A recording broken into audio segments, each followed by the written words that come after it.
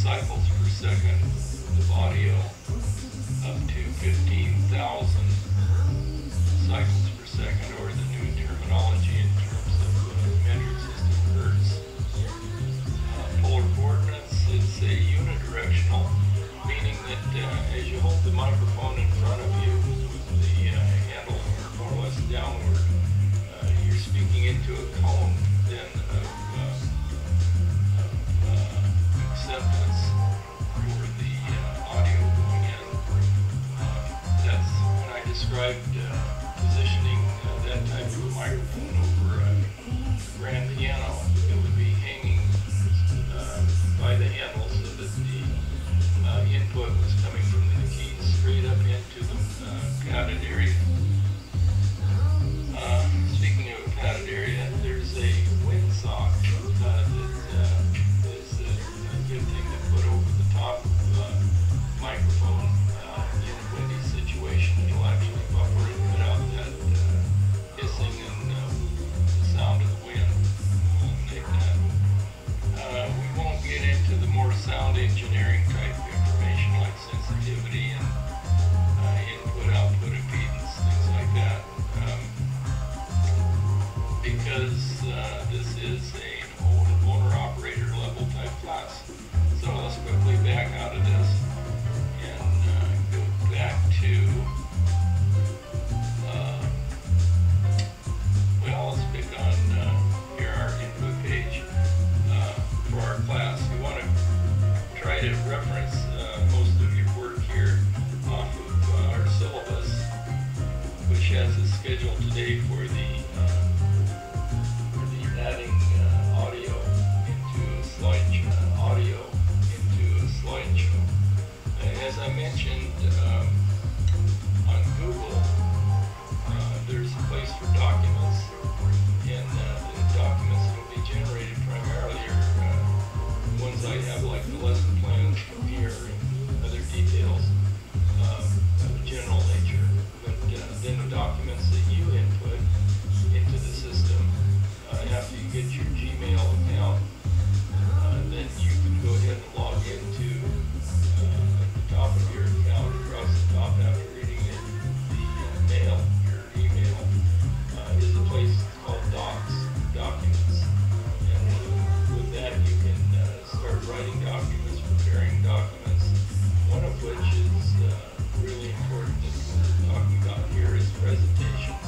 You can generate a presentation, which is basically a slideshow. And one of the first slides, of course, is your title. So you can make a title with a template, which will allow you to put different backgrounds and have it laid out in different orientations. So the template will be very attractive. The first picture, of course, I probably was concerned about here was the banner, something to draw attention to the subject matter, SAC for Sacramento, and we'll be going towards San Francisco, so I picked a night scene which kind of draws more attention. The color was important to me, so you'll be able to use documents to actually create a slideshow. One nice thing about Google Documents is in, say, the second or third slide, you may want to insert a little small video clip, an actual movie, which Google is one of the only ones that can do that easily for you. So you want to practice a little bit with Google presentations, making the slideshows. Kind of on the negative side is the PowerPoint presentation that I created, and I showed that this morning.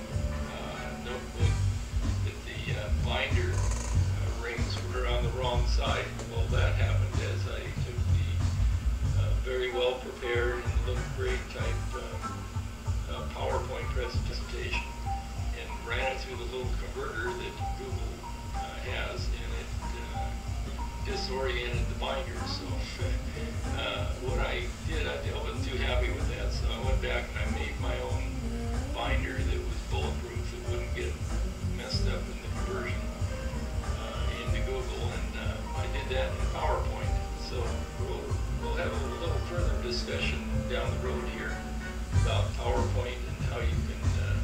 that to make better slides, better pictures, and clean things up for yourself.